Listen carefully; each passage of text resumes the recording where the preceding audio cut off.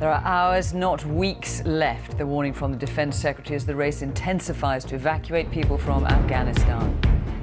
There's desperation at the airport, so many trying to leave before time runs out. Most of these people don't have permission to leave. Some of them do and still can't get through. Everyone is desperate to get out. The deadline for US and other troops to leave is the end of the month. The Taliban say they won't extend it. If they extend behind 31st August, that is a clear violation. G7 leaders are meeting tomorrow. Will the US president agree to try to delay the departure of US troops to allow more people to leave? Also tonight, the government warns COVID test providers about misleading prices for holidaymakers in a clampdown on cowboy behaviour. Thinking of getting away from it all up on Snowdon? Increasing numbers of visitors are urged to think again. And Britain's Paralympians prepare for the start of competition tomorrow, hoping to beat their medal haul from Rio 5 years ago. Coming up in Sports Day, later in the hour on the BBC News channel. After a strong showing at the Open, Europe's players are now gearing up for the Solheim Cup. The team's been finalised today.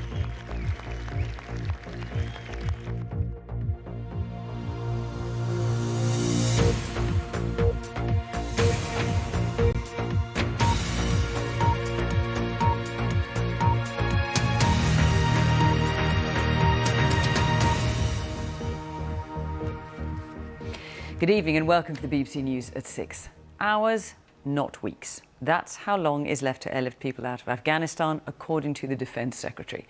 Diplomatic pressure is building to try to extend the August the 31st deadline for foreign troops to leave. But the Taliban, now in charge, of course, in Kabul, appear to be ruling out any delay to the withdrawal. The Ministry of Defence says British forces have already airlifted out more than 6,000 people. The focus now, it says, is on a further 1,800 UK nationals and more than 2,200 Afghans. The government conceded again today that some who are eligible to come to the UK will be left behind. Our first report tonight is from our correspondent Secunda Kamani in Kabul. It's crowded, filthy and baking hot. But desperate Afghans keep coming to Kabul airport. So many children in such a terrible place. This woman worked alongside German forces. She has documents proving it, but no permission to travel. I've been here with my kids for the past 5 days, waiting for the soldiers to look at my papers, she says. But I can't even take 2 steps in this crowd. Everywhere we go, people beg us for help, beg us for information. We're being just surrounded by dozens and dozens of people who are desperate to leave, showing us their documents. This chap worked with the Afghan security forces. This chap worked with at a foreign airfield. Someone else who worked with foreign forces. Someone else has got other documents. Most of these people don't have permission to leave. Some of them do and still can't get through. Everyone is desperate to get out. Everyone is totally confused as to what to do. You got an email saying that you should go. Yes. You should come here. But are you able to get through? No. It's With the deadline for international forces rapidly approaching, many are panicking, fearing this is their last chance to get out. Taliban officials say foreign forces must leave by the end of the month. If they extend behind 31st August, that is a clear violation, one thing. Secondly, about consequences, it is up to our leadership how to proceed and what kind of decision they take. That decision will be implemented. Elsewhere in Kabul, there's an uneasy sense of calm. Shops and some government offices are open, but the streets are still quieter than usual, whilst banks remain closed. But Taliban forces have been gathering in Panjshir, the one province yet to be captured, where fighters calling themselves the Resistance are based.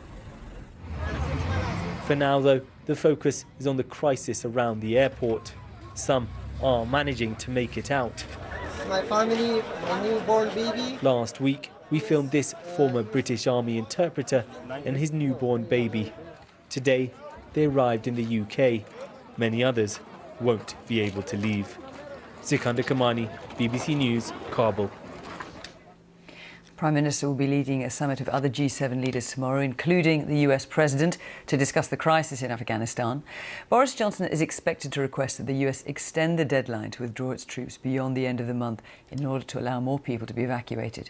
But it's far from clear if the US or the Taliban will agree and what other options, if any, the UK might have to get people out. Our political correspondent Alex Forsyth has more. Packed up and prepared to go, these troops are poised to head to Kabul if needed to help the evacuation effort. With them this morning, the Defence Secretary said it's a race against time. It is fraught. We have a timetable. We don't know how long the United States are going to stay. He said the government would urge the US to stay in Afghanistan beyond the end of this month to get people out. But he admitted without them, the UK could not go it alone. I don't think there is any likelihood on staying on after the United States. If their timetable extends even by a day or two, then that will give us a day or two more to evacuate people. Because we are really down to hours now, not weeks, and we have to make sure we exploit every minute to get people out. Outside the Home Office today, a reminder of what's at stake. Afghans in the UK urging the government not to abandon their friends and family who helped foreign forces and fear reprisals from the Taliban. Their life is a risk at the moment. They can get killed anytime. So before that moment, we are here to fight for our families. When world leaders last met in Cornwall, it was all smiles. That might not be the case at a virtual summit tomorrow. Convened by the Prime Minister, he'll ask the President to stay longer in Afghanistan, but his chance of success seems slim if the Taliban don't consent.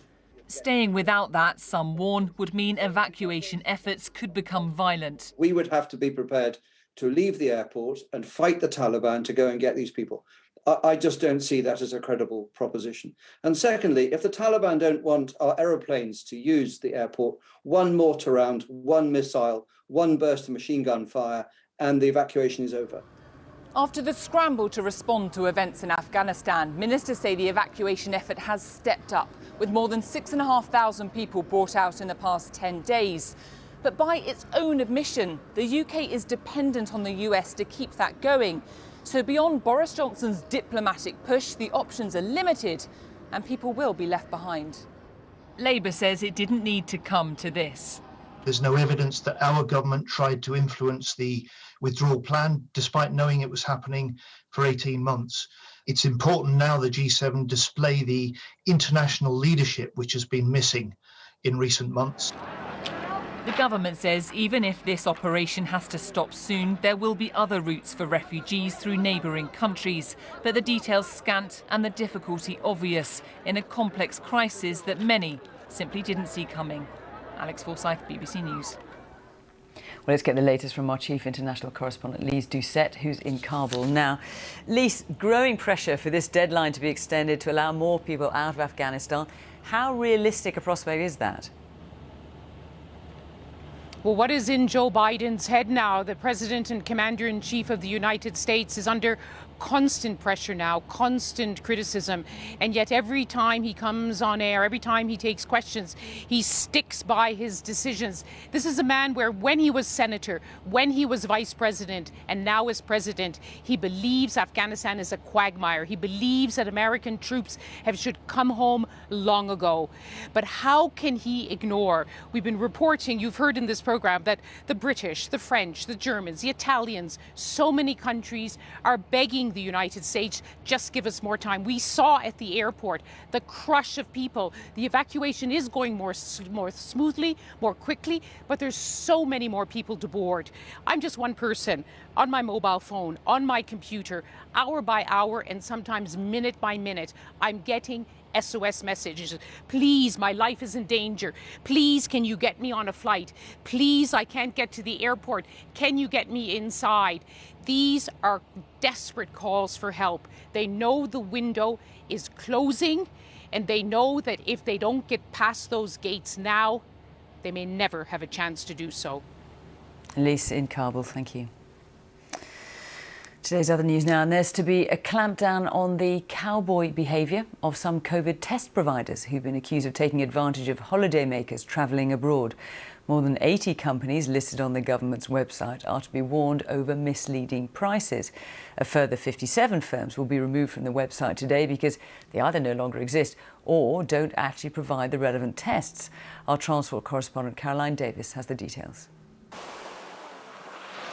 If you travel, you test, and you pay for those tests. The government's own website has a list of providers, but booking through them isn't a guarantee things will go smoothly, as Barbara Lowe found out coming back from her holiday in Portugal in June. We didn't get any test results at all. You couldn't get through to them on the phone. You couldn't contact them via the website.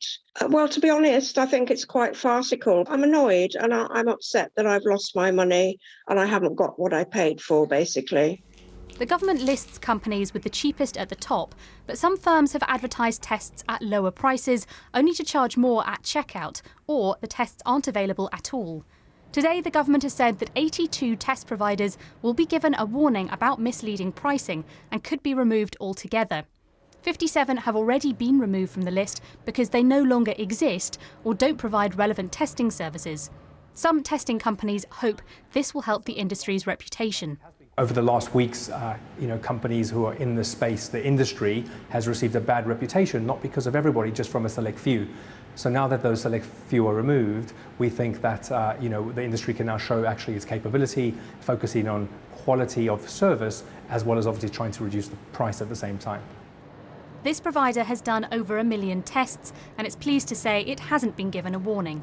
This is where the PCR tests are first processed when they arrive.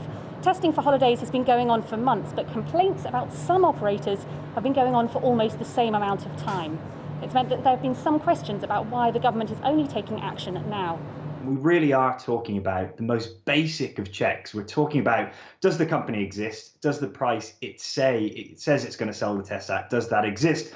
There are lots of other problems behind this. So good news, the government is taking action, but my goodness, it really has taken a long time. The government has said it will do regular spot checks to ensure the prices are accurate and providers are legitimate. But the summer season has nearly come to an end, and for some, testing has already left a nasty aftertaste. Caroline Davis, BBC News. The latest government coronavirus figures show there were 31,940 new infections recorded in the latest 24-hour period, which means on average there were 32,981 new cases per day in the last week. The most recent figures show there were almost 6,500 people in hospital with the virus on Thursday. 40 deaths were recorded in the past 24 hours, with an average of 100 deaths a day in the past week. On vaccinations, 87.7% of adults in the UK have now had their first jab, and 76.9% have had 2. The government says it's met its target of offering all 16 and 17-year-olds in England a single dose of the COVID jab. More than 1 million young people became eligible early this month, and the latest figures suggest around 360,000 have taken up the offer. A new NHS video has been launched highlighting the effects of long COVID in a bid to drive up vaccination rates among teenagers. Here's our medical editor, Fergus Walsh. Hiya, are you going for the vaccination? Yeah. Every jab counts. These 16 and 17-year-olds were getting their vaccine today at Tipton in the West Midlands. Almost 90 million doses have now been administered in the UK. Yeah, it was quick and easy, keeping everyone safe. I want to keep my family safe and me safe, more importantly, so yeah. As an A&E doctor, I've seen a lot during this pandemic. But nothing has shocked me more than seeing younger people being admitted to our hospitals with COVID-19. And as well as their age, many of them had one other thing in common. They were unvaccinated. The NHS video urges young adults to get vaccinated and shares stories of several who were laid low by the virus. My lungs out of nowhere just kind of stopped. I struggled to breathe, lying down, so obviously sitting upright. I was then sort of attached to a ventilator machine. The younger you are, the lower your overall risk from COVID. But people aged 18 to 34 now make up more than a fifth of those admitted to hospital with the virus. And there is the threat of long COVID. Normally you'd be able to go to bed, go to sleep and wake up feeling kind of ready to face the day. I could sleep for a week and still feel tired. If we look at vaccine uptake in adults in England, whereas over 90% of all those aged 60 and over have had at least one dose, it falls to 63% for those aged 18 to 29. For 16 and 17-year-olds, it's estimated around 36% have had a jab in the 3 weeks since they became eligible. The SSE Arena in Belfast marked its final day as a vaccination centre on Sunday, having administered more than 360,000 doses over 5 months. The last recipient, this 17-year-old. With COVID cases and hospital admissions rising, the immunisation campaign remains as important as ever to ensure as many people as possible are protected. Fergus Walsh, BBC News. The head of public health in Cumbria is asking tourists to take a lateral flow test before visiting the county. It follows a sharp increase in the number of coronavirus cases. In one district, it's doubled per 100,000 in a week. Let's talk to our North of England correspondent Fiona Trott, who's in Penrith. Fiona, this isn't something we've seen before during the course of the pandemic, so the authorities there are clearly very worried. Well, here, the Eden District had the lowest case rate in England just a few weeks ago. Now, as you're saying, we think that those figures have doubled in around a week. Latest figures suggesting 387 per 100,000, Fiona. Is that purely down to visitor numbers? We've seen elsewhere, haven't we, in Cornwall, that public health officials there are saying the Boardmasters music event has contributed to an increase in cases there. Here, public health officials are saying it's a bit more of a complicated picture. While Ullswater is close by, a very popular spot, we haven't seen such a spike in the South Lakes, but it is something they're watching very closely. That's why the Director of Public Health here, Colin Cox, is saying, please come to Cumbria, our doors are open, but before you travel, check you don't have the virus, take a lateral flow test, and when you come here, please continue to wear masks in public spaces. Cumbria Tourism too, putting out its own publicity today, attracting people, inviting people to come to the county, but saying please just visit responsibly. Fiona Trott in Penrith, thank you. And the time is just gone 6:15. Our top story this evening. The Defence Secretary warns there are hours, not weeks, left as the race intensifies to evacuate people from Afghanistan. And coming up, he took on the Aussies on the cricket pitch. Now Beefy is appointed Britain's trade envoy to Australia. Coming up in Sports Day in the next 15 minutes on the BBC News channel, we'll look ahead to the Paralympics that start this week. Can the British team come close to the 147 medals that they won in Rio 5 years ago?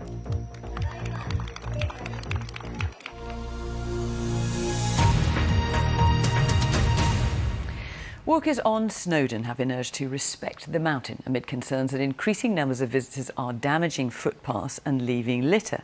And far from getting away from it all, some walkers are finding themselves stuck in long queues to try to reach the summit. Our Wales correspondent Thomas Morgan reports from the Snowdonia National Park. Earlier this month, in poor visibility and treacherous conditions, rafts of people chose to climb Snowdon, the UK's third highest and busiest mountain. Rescue services say they're in holiday madness, dealing with 3 incidents within 3 hours on Saturday alone. Today, however, with the rugged landscape glistening in far brighter weather, Arwyddfa, as it's known in Welsh, is no less of a draw, at a time when going abroad is still too much of a trek for most. It feels busier than last time because we came, right in the peak of COVID last time when we were allowed to travel, but it feels so much better this year. It's busy, but I thought it was going to be packed, and it's not. It's just nice. I've picked up cans, I've picked up bottles, dog fouling's still happening. It's such a shame because it's a beautiful area and just everyone did their bit. We've got like water over there. This is where this plastic will end up if it's not picked up. The mountain railway only goes to halfway this year, and the cafe at 3,500 feet is closed. COVID and uncertainty earlier in the summer over social distancing measures forcing the hands of those in charge. Nevertheless, this morning, just like on so many others during the holidays, we're told that there was an hour-long queue for a selfie on the summit. As a consequence of COVID, more of us are staycationing, enjoying the great British outdoors this year. And the Snowdonia Society estimate that there's been an increase of 1/3 in people travelling up the mountain. But with that increase also comes certain problems. Snowdonia Society's had to put over 2/3 of our capacity, staff, volunteers, money, just into managing visitor pressures, and the other organisations involved are in the same boat. The mountain rescue teams, of course, very stretched. At the base in Llanberis, as the last train heads up, the car parks are still full and the ice cream is still being served. Economically, the tourists are needed. Environmentally, could more be done? Thomas Morgan, BBC News, Snowdonia. Let's take a brief look at some of today's other news. Extinction Rebellion activists have begun more protests in central London, demanding that the government stop investing in fossil fuels. Protesters said blocking some roads during the demonstrations was necessary behaviour. Police say a significant operation will be in place to manage the ongoing protests. Officials in the US state of Tennessee say that at least 2 young children are among more than 20 people known to have died in record-breaking flash floods over the weekend. Dozens are still missing. 2 former members of the 70s punk band the Sex Pistols have won a court battle with their former frontman, John Lydon, better known as Johnny Rotten. The dispute was over the use of Sex Pistols songs in a forthcoming television series about the band. John Lydon claimed the songs couldn't be used without his consent, but he was overruled in the High Court. The former England cricket captain Ian Botham has been appointed trade envoy to Australia. Lord Botham, who became a peer last year, is one of 10 new envoys who the government says will help deliver an ambitious global trade agenda for Britain. Our business editor Simon Jack is here. So it certainly sounds a very important job. Is it also trying to grab the headlines a bit? On the one hand, you could argue this is a classic exercise in soft power. He was Australia's nemesis in his cricketing days. He's well known, people want to meet him, he can open doors, and that helps grease the wheels, and all of that is very helpful. Other people say, look, it's a little bit of a gimmick. Jeffrey Donaldson has been made envoy to Cameroon. I doubt he has the same following there that Ian Botham has in Australia. But in terms of what they actually do, you've got to be an MP or a member of the House of Lords to get this job. It's voluntary and unpaid. You're expected to visit the market that you've been assigned at least twice a year, or it can be done virtually at the moment. So it's marginal as to how much real impact they can make. The wider context is we already have trade deals with half of these countries where we've had envoys appointed. And in the case of Australia, where we just recently concluded but not finalise a trade deal, it's worth noting that the government itself thinks that the Australian trade deal will add 0.02% to UK national income in 15 years' time. By contrast, we think that the EU, the barriers to trade with the EU will cost the UK 4% of GDP. So as things stand, you'd need 200 Australias to make up for that shortfall. Listen, every little helps, but I think it would be hard-pressed to make an economic argument, but the gains from this will be anything other than marginal. OK, Simon, thank you. When the COVID crisis hit last year, there was concern at how the prison system would cope, with calls from politicians for some inmates to be released early. The government resisted calls for an emergency early release programme, ordering a full lockdown of the prison estate in England and Wales instead. Now the Ministry of Justice is reviewing what happened to see what lessons have been learned, with some surprising results. Our home editor, Mark Easton, has been into ISIS prison in East London. It was predicted that prisons would be the perfect environment for COVID to spread, making jails even more dangerous places. Thanks very much. Here at ISIS prison in East London, as in every jail, the authorities' response was a strict regime of testing and isolation. So you're reaching your tonsils, yeah? Good. Inmates were locked in their cells for 23.5 hours a day. Education classes, group activities and family visits were all cancelled. So it's been a massive impact on the prisoners. Everything was completely locked down. To do COVID checks, welfare checks, well-being checks. So staff were doing hourly checks on all of our prisoners. Prison governors were forced to think on their feet, introducing measures to counteract the loss of activities and long periods of solitary confinement. I've got the induction pack for you. Prisoners were given education packs to work in their cells. Officers organised bingo sessions and quizzes. One inmate used poetry to relieve the frustration. You feel your room is small, until you get put in a cell. 23 hours locked up, all by yourself. And everyone forgot about you. And nobody sending you mail. As restrictions relaxed outside, rules slowly adjusted inside, with small groups allowed to attend classes or exercise. Things are a lot easier now that we're back in the gym, and especially for other prisoners. It's probably not going to be a huge amount of sympathy for people who are locked up, because everyone had to deal with COVID. I understand that people haven't really got sympathy for somebody that's broke the law, but at the end of the day, you don't want these people to come out and be worse than they were when they went in. Incarceration has gone up and levels of association have gone down, but the consequences are not what many had anticipated. Applying lockdown to people locked up has seen falls in violence and self-harm behind bars. Now the Ministry of Justice is looking to see whether changes forced upon them by COVID could become part of a new normal in prisons. It's promoted safety, it's promoted less feelings of anxiety for the boys. It's been very beneficial. People being in a smaller bubble, it might have helped. And I've seen it helping people as well. Some people do feel confident being in a small bubble. This is the way forward for us now, and this has really helped sort of decrease the feelings of anxiety, the feelings of mental health issues. What's going on with the family? Prisons are moving cautiously to their new normal. Visits at ISIS have just restarted, but there's still no touching or hugging. The pandemic has thrown up many surprises, but few would have predicted that COVID would result in prisons generally becoming safer. Mark Easton, BBC News. ISIS prison in East London. Tomorrow, the Paralympics get underway in Tokyo. The swimmer Ellie Simmonds and the archer John Stubbs have been named as the flag bearers for Paralympics GB in the opening ceremony.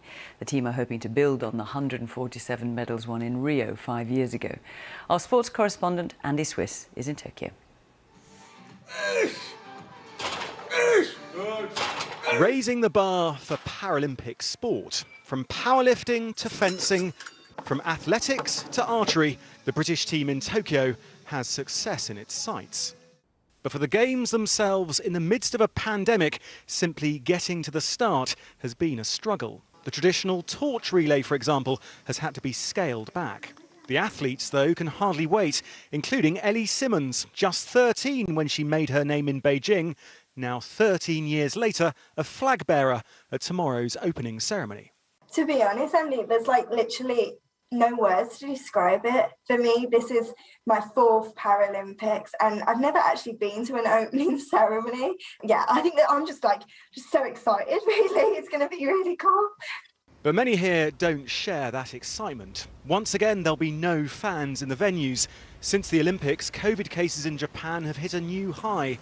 But the head of the Paralympics told me these games won't spread the virus. Of course, one athlete here, the other athlete there, they will face a situation where their test is going to return positive, and this is devastating. But then how we identify them, we track them, we monitor, we isolate them, it's the key to guarantee safe games. So you're confident this will be a safe games? I'm confident it will be a safe games, but safe games doesn't mean 0 cases.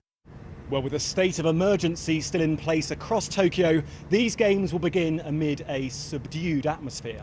But the athletes here will be hoping they can change that. And for the British team, as ever, there are high hopes. Paralympics GB have flourished at recent games. 120 medals in London, 147 in Rio. Here they've been set a range of 100 to 140 because of the uncertainty that COVID has caused. And one athlete has a chance of history. Swimmer turned cyclist Dame Sarah Storey could become Britain's most decorated Paralympian after winning medals at the last 7 games. I joined my first swimming club as a 10-year-old.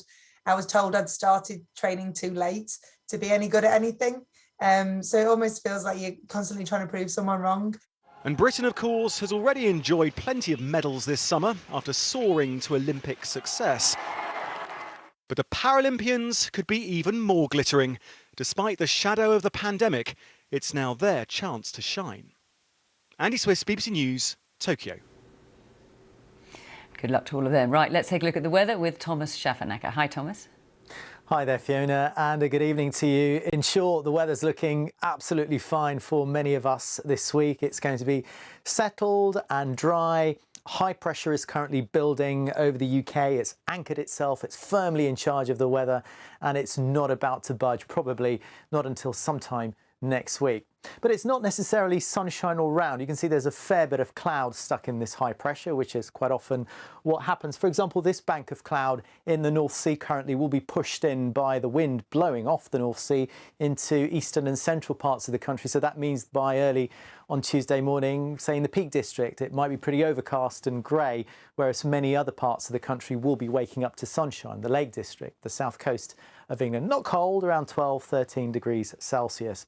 Now that cloud will vary through the course of the day, but I think the best sunshine and the warmest weather will be in the centre of this high pressure, where the winds are also light and where we're going to get that sunshine. So 25 degrees is possible in Glasgow. For most of us, it's the high teens to around 22 or 3 degrees. Here's the weather map for Wednesday, and the high pressure is still there. A little bit more of a breeze in the northeast of Scotland, which will be felt along the North Sea coast during the course of this week. But you can see there's very little difference. 24 in Glasgow, mostly the low 20s, I think, for bigger towns and cities. So that's midweek. Let's have a look at the forecast then for the rest of the week. And I think we'll be chopping and changing between the sunny symbols, the cloudy symbols, the bright symbols, back to the cloudy one. And looking at the temperatures, it's neither going to be too hot, not too cold either. I think for most of us, it's going to be just right. Back to you. Thomas, thanks very much. And that's all from the BBC News at 6. It's goodbye from me, and on BBC One, we can join the BBC's news teams where you are. Bye-bye.